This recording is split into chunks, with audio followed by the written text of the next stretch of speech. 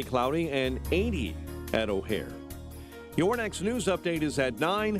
Chicago's Morning Answer continues next on AM 560, The Answer.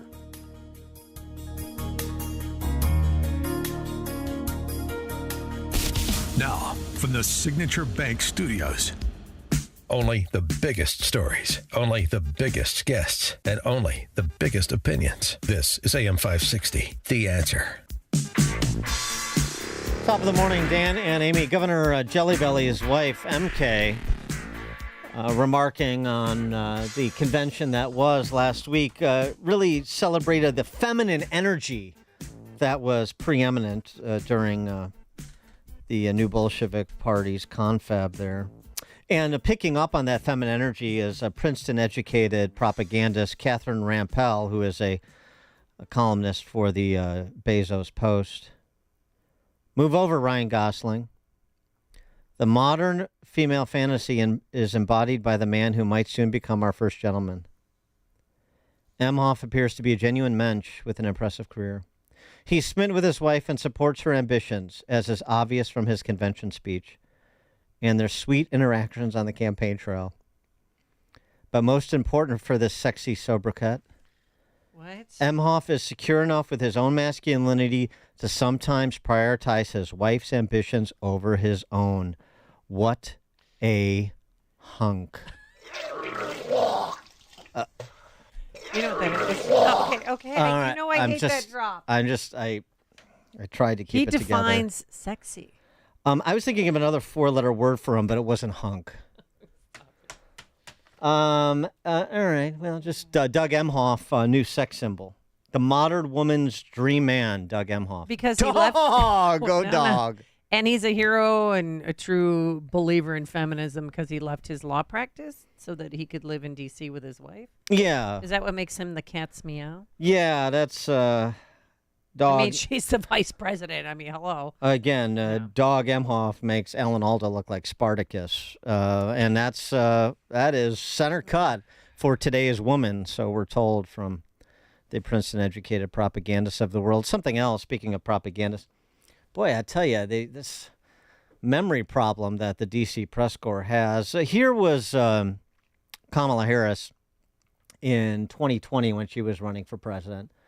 Explaining to Jake Tapper why we don't need private health insurance anymore. Just to follow up on that, and correct me if I'm wrong, to reiterate, you support the Medicare for All bill, I think initially co-sponsored by Senator Bernie Sanders. You're also a co-sponsor on it. I believe it will totally eliminate private insurance. So for people out there who like their insurance, they don't get to keep it? Well, listen, the idea is that everyone gets access to medical care. And you don't have to go through the process of going through an insurance company, having them give you approval, going through the paperwork, all of the delay that may require. Who of us has not had that situation where you got to wait for approval and the doctor says, well, I don't know if your insurance company is going to cover this? Let's eliminate all of that. Let's move on. Yeah, nothing streamlines bureaucracy like government takeovers. Okay, well, here was Tom Cotton being interrogated by Jonathan Karl, ABC News, about this very topic. Jonathan Karl's memory doesn't date back to 2020, apparently. And President Trump is going to draw a sharp contrast with Kamala Harris, who has supported things like decriminalizing illegal immigration or giving taxpayer-funded health insurance to illegal aliens or taking away health insurance on the job for 170 million Americans, banning gas cars, confiscating firearms. What do you mean taking away health insurance? What are you talking about? She said when she ran for president that she wants to eliminate private health insurance on the job for 170 million Americans, John. Yeah, I mean that is not her position now. She knows. How do you know that's not her position? How do you know that's not her position? I mean, she says she no longer supports Medicare for All. She has not said that. Maybe anonymous aides on a Friday night have said that, but the last thing that she said. But this was not a radical convention. I mean, she, as you heard me go through with Bernie Sanders, she is not taking the positions of the far left of her party. She's clearly making an effort to move to the middle. So I guess John, if I could, she's not saying it now. Oh, well. You talked to her? So then which one are we supposed to believe, and how do you know? Are we supposed to believe 2020 Kamala or 2024 Kamala? I mean, you talk about the media trying to erase history before your very eyes, folks. That is a great example of it. For more on this, Ed Morrissey joins us, senior editor for HotAir.com. Thanks for joining us. Appreciate it. Hey, great to be back with you. Boy, is there anything more entertaining than the credulous D.C. press corps? What you said 4 years ago doesn't matter. It's what you're saying now, and we'll just believe whatever we think is most advantageous to you politically right now. It's not even what she's saying now. She hasn't said anything now. Well, they're literally making this up. She's not saying what she's not saying what she said in 2020. She's being silent on it. So we'll take her silence as walking away from it because it's helpful to her. Right. There is literally no evidence that she has changed her position on this. Literally no evidence. There's a couple of leaks to Politico, and that's it.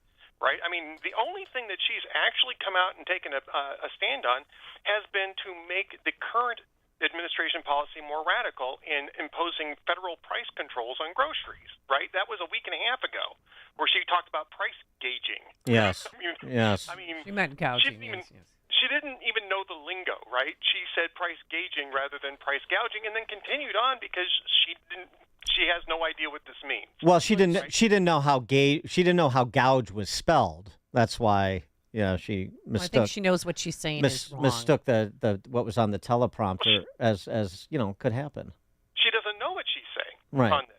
Yeah. She doesn't know what she's talking about on economics. She has no idea. I mean, and she was a prosecutor. She wasn't somebody who came up through economics. She's a prosecutor, and I get that. But if you're going to run for president and you're going to address a crowd on economic policy, you at least have to get the lingo right. And she's not talking about anything. This is John Karl basically applying his wish casting onto the Harris campaign. Well, we want her to be more centrist. We're trying to make people think she's more centrist, so we're just going to assume that she is more centrist when there's literally no evidence at all that she has moved off the position of eliminating private health insurance from 4 years ago. And by the way, that was a position she took a couple of times, right? She took it in the Senate as well. Well, what about the mandatory gun buyback program that she was so excited about? Right. There's been no walk back by Harris on that. There have been people who are saying, well, she's moderated her position on that. Well, no, until she says it, we don't know what her position is. And even if she came out and said, you know what, I've decided I'm going to become a free market kind of person, and I'm fully supportive of the Second Amendment, would you trust her at this point? I mean, it sounds like she's reversing herself on a whole series, or at least the media is reporting that she's going to reverse herself on a whole series of issues. Mitt Romney reversed himself on one thing, right? Abortion, and they labeled him a flip-flopper, and did the whole dolphin flipper thing with him for the 2012 campaign. Well, this is where Trump gets one bite at the apple, probably September 10th, and he's got to essentially be a debate moderator. He has to ask questions that demand an answer in terms of specific positions, and then say, I understand people change their positions on things. Just what is your position, and if it's changed, just to explain why it changed. That's if the debate happens. After this segment with John Karl, he suggested on Truth Social this morning that he might not want to do the debate on ABC, and it turns out that the Kamala Harris campaign has been trying to change the rules so that the mics are left on. Now, remember, they were the ones that wanted the mics turned off during the debate with Biden. They wanted the mics turned off when somebody wasn't supposed to be speaking, which ended. And we all said it at the time. They don't realize this. That's actually going to make Trump look better, and it did. Right? Because Trump wasn't interrupting. He wasn't able to interrupt. And according to the New York Times this morning, now the Harris campaign wants the rules changed to leave the mics on. And, on top of this thing with John Karl yesterday, Donald Trump is saying, what's the point of doing this, right? And his campaign is saying, look, if they want to renegotiate the debate, we'll renegotiate the debate, but it won't be on September 10th if that's what they want to do. So it's up in the air. I'm not sure if they're going to do this debate. There's another one scheduled. I think that's posturing, and I think that Trump is wanting to get out there that this is unfair. It's unfair. It's unfair, and seize upon any of the evidence that is available to make that case, which there is evidence available. It's not just Jonathan Karl, but some of these other proposed moderators, like the woman who asked Gretchen Whitmer about Trump and the KKK in Michigan, and was supposed to be one of the debate moderators. But ultimately, the campaign probably needs that moment with her, and Trump just has to be disciplined enough to make good use of that moment, regardless of the rules. Well, I agree with you, and I think the debate benefits Trump because it's the only opportunity that he's going to have to force her to answer questions in public. Right? It's the only opportunity that he's going to get because the media isn't interested in forcing her to do that, and so it's to his advantage to do this debate. And I think you're right. I think he'll end up doing the debate because of that. Strategically speaking, it just makes sense, but. He's going to work the refs for a while, and he's going to make it clear just how absurd this whole thing has been going. And I think it's smart of him to do that. But he needs to be laser focused at this debate and actually do a lot of debate prep, don't you think? Absolutely. I mean, well, he's doing debate prep with Tulsi Gabbard right now. Right. Yeah, he's working with Tulsi Gabbard on that. I actually think that he's been doing better in terms of messaging since that week that Harris came out and he did the NABJ, and he kind of drifted off the message in not very good ways. I don't think that week was helpful for him, but I think he's been more disciplined since then, and I think it's hard to tell because once Trump gets into a debate, he tends to just revert to form. But I'm certainly hoping that what we're going to see is something a little bit sharper and a little bit with a little bit more what's the word I'm looking for? Strategy.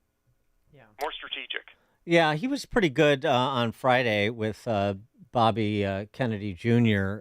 In Arizona. I mean, Kennedy Jr. was pretty good.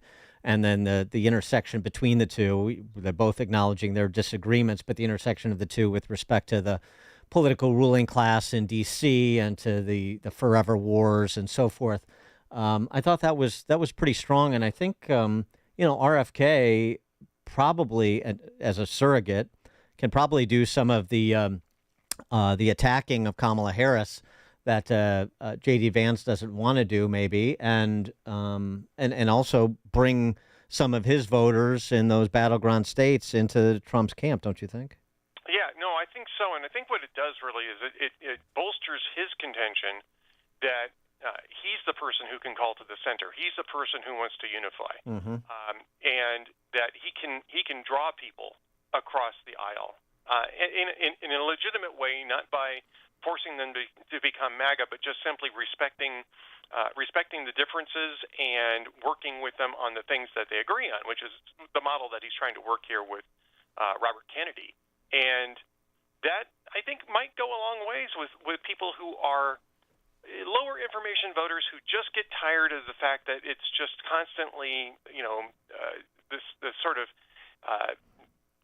name calling across the aisle, right? And who think that that's all politics has come down to, and they get really turned off by it. That's an opportunity for him to reach out to those people and to draw them back into the process. And we'll see if it works, but I mean, it was a great opportunity for him, and he seized on it very quickly.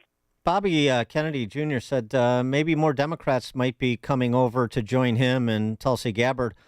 Do you have any sense of who he might have been referring to? No, but Dean Phillips, who was running against Biden, said that he would be willing to work in either a Democrat or a Republican administration. Of course, the only Republican administration on tap at the moment would be Donald Trump's. So, I mean, I think maybe that's a hint of what he's talking about. I don't know that you're going to get Democrats who are willing to endorse Trump in the way that Kennedy did, but I think that you're going to have some of them start to say, look, I mean, I think that there's areas of commonality. It's not the end of the world if this guy gets elected to a second term as president, and we need to stop acting like it's, like the sky is falling. Ed Morrissey, senior editor for HotAir.com. Ed, thanks as always. Thank you, sir. Thank you, and he joined us on our turnkey.pro answer line. The stories you need to know to start your day. This is Chicago's Morning Answer on AM 560, The Answer.